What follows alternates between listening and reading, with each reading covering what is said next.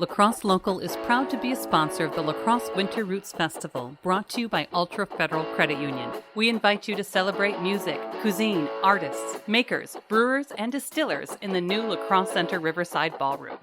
Musical entertainment includes Dan Sobronic, Reed Grimm, Tug, The Remainders, Greg Hall and the Wrecking Ball, and the Trippin' Billies, the nation's most renowned Dave Matthews tribute band.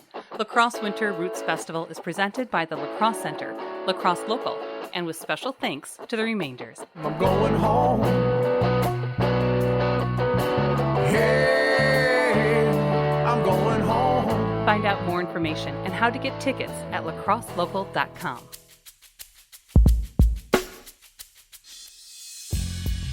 We sat down with Adam Greuel of Rucksack Revolution. We chatted about this musical duo coming together, how they got their name, touch on a new album in the works, and what attendees can expect from their upcoming show in La Crosse. You can find more conversations, food reviews, live music, and events on our website, lacrosselocal.com. I'm Amy. And I'm Brent. And this is La Crosse Local.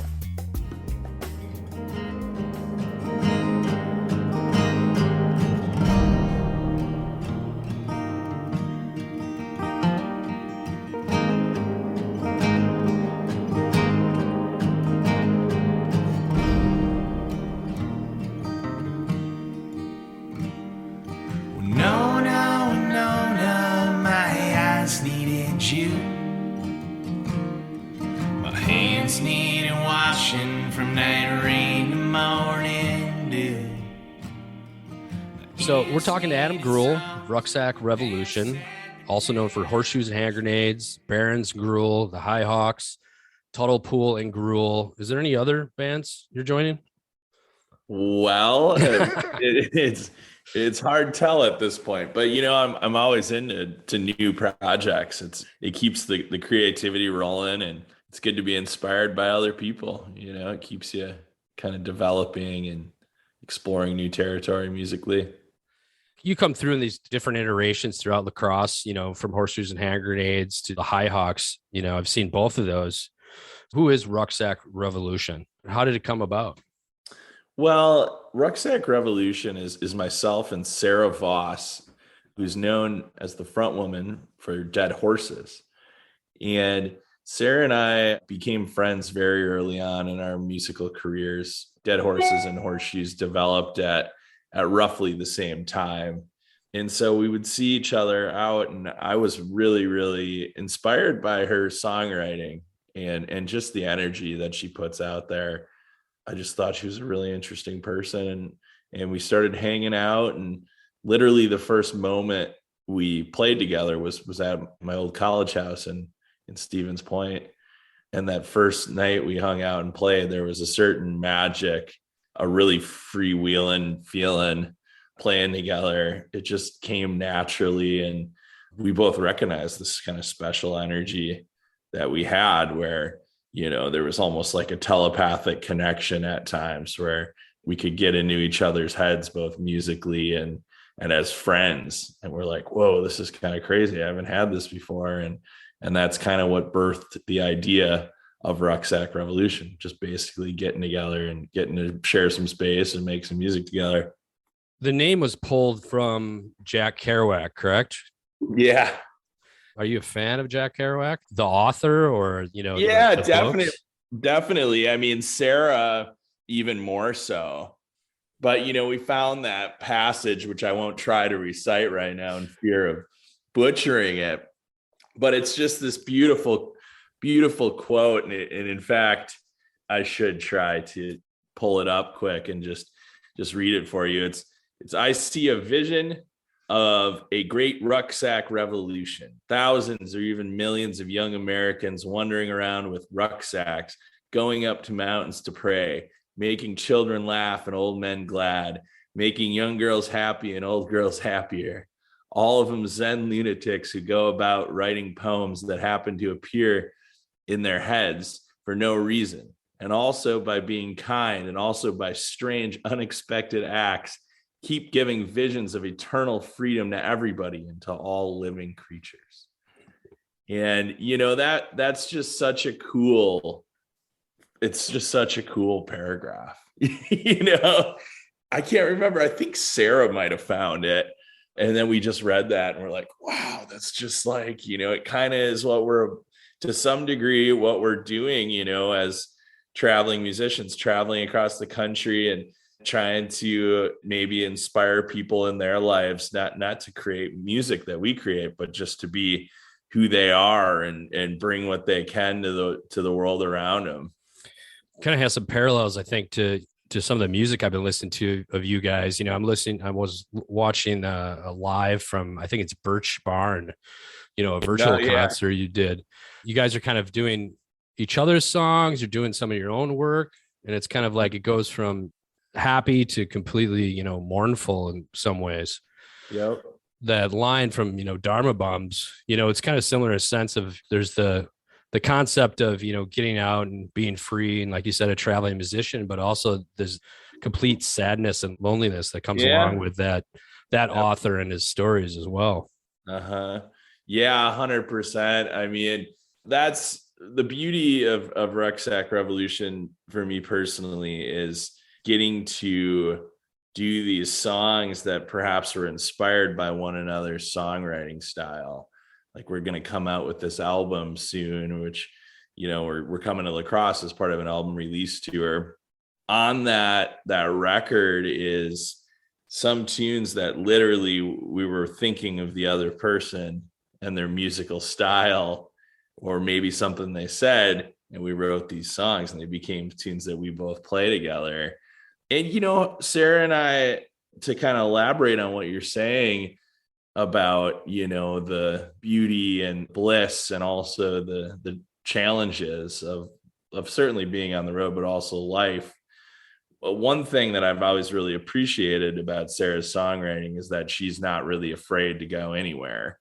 I love that she can wear her feelings and her heart on her sleeve and put those songs out there. We played together last night, actually, and it was just so cool. It's like our relationship has evolved. It feels like for so long now. I mean, we're like really, really close friends, and it's just crazy because we don't play together that often. But when we walk on stage, it's like we played the last 2 weeks straight. It just feels so easy and effortless. And I really, really love that part of it. Kind of explain it there for people unfamiliar with the band. You have a show coming up at the Main February 17th. You also have Dan Sobronic and John Smith, who are everybody loves in this area.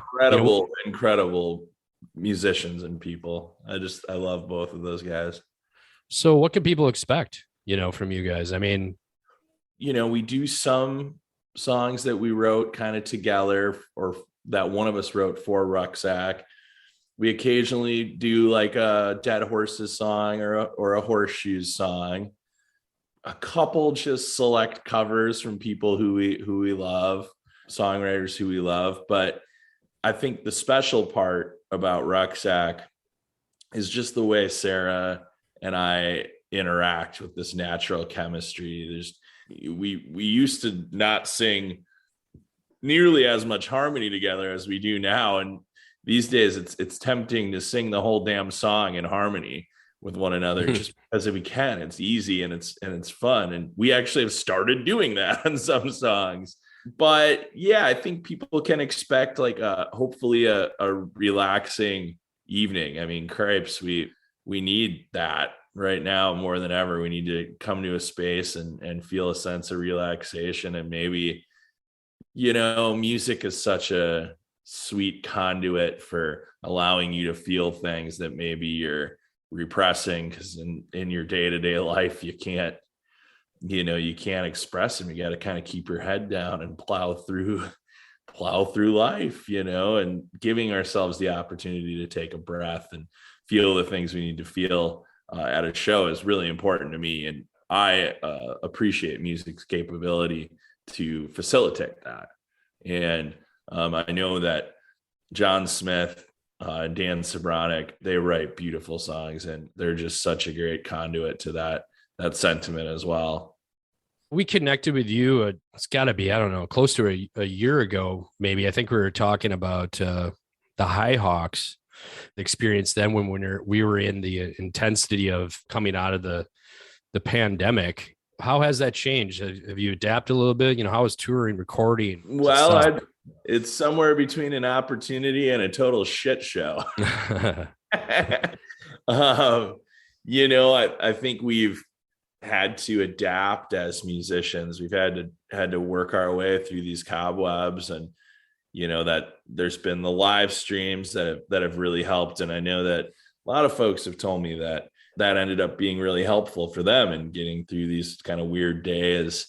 You know, personally, I started doing more songwriting and pumped out a couple solo albums. And, you know, it's like, as troubling as it is to not be able to do large shows, like for instance, Horseshoes, we had to cancel New Year's Eve at the Pabst Theater in Milwaukee, which was it was a hard pill to swallow for sure. It does give you a certain different opportunity to not be out playing constantly.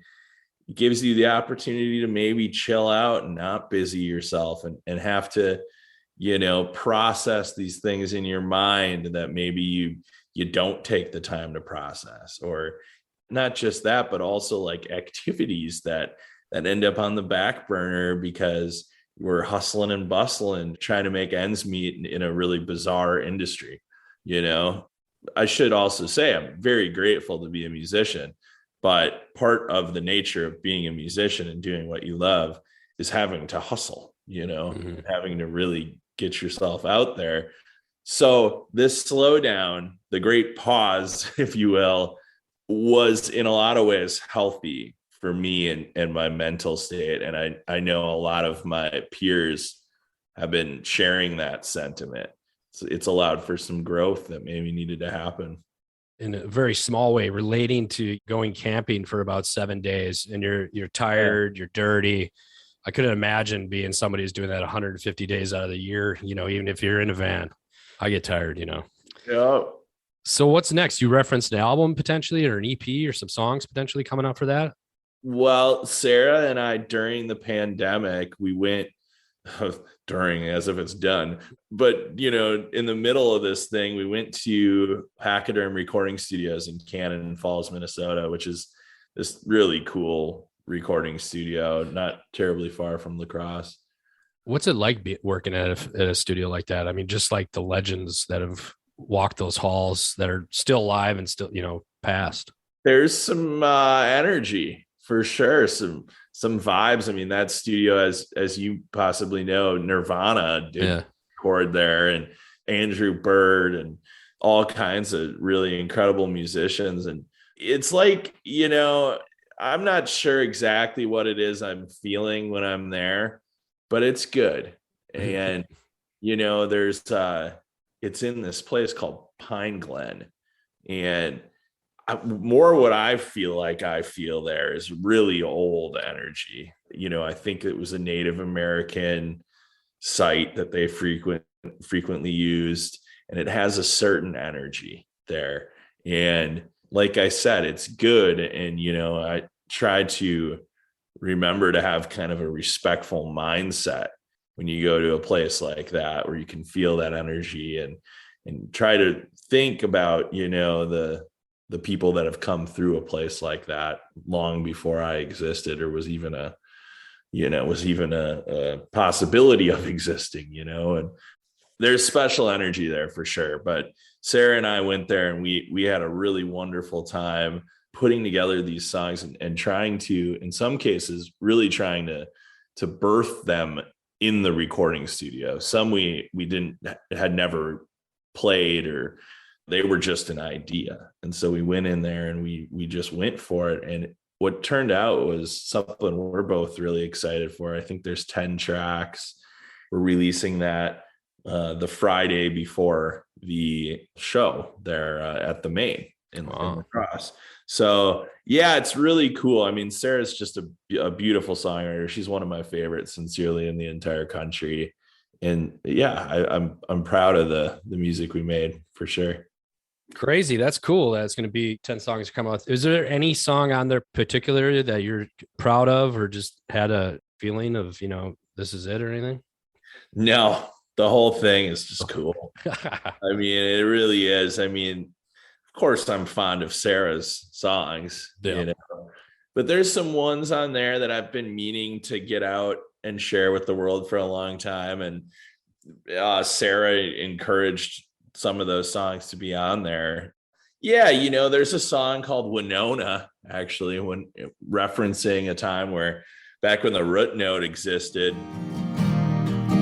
Winona, Winona, my eyes needed you. My hands needed washing from that rain to morning dew. My ears needed songs, damn sad but damn true. And the next thing I knew, Winona, Minnesota, swallowed my blues. Me and Russell from Horseshoes played a show there, and it ended kind of early, and Sarah was over at Ed's No Name Bar in Winona, which always was a later night, and got done with the show in La Crosse and drove across the river to Winona there, and ended up watching her and just felt super inspired by her songwriting, and ended up writing that song that night, and that song's on there. It's the second track. So you know, they all have stories, and they all have they're all little unique time capsules, every song, you know. Sometimes it's hard for me to tell what song is better than the next, because to me they're just like things that happened. Feelings that were felt, ideas that happen, all that kind of stuff. Real experiences. Mm-hmm. So people can check you out February 17th. Dan Sbrownik, John Smith are opening. Yep. It's going to be a great show with the Maine. Yeah. So if people want to find out more, they just go to Rucksack Revolution, Wisconsin on Facebook. Is there any other spot they can find stuff yet? You know, really the easiest way to keep in touch with both Rucksack Revolution and our careers as solo individuals and with Dead Horses and Horseshoes is to just follow us as individuals on Facebook or on the Instagram. And, you know, certainly the band's Horseshoes and Dead Horses too. You know, it's a lot of stuff to facilitate if you're going to make a website and be managing all these pages. And you know, there's a point where you end up managing your online career more than you end up managing your damn, you know, songbook. You got to get out and get fishing, right? You guys certainly need to do that if you're going to keep sane. Even if you have a chance at keeping sane, you got to do that. Lacrosse Local Podcast is a production of River Travel Media. Do you have an interview idea you'd like to share with us? Message us on Facebook at Lacrosse Local. Find out more about us at lacrosselocal.com. And you can subscribe to the Lacrosse Local Podcast on your favorite podcast app. If you like us, rate us 5 stars. We appreciate it.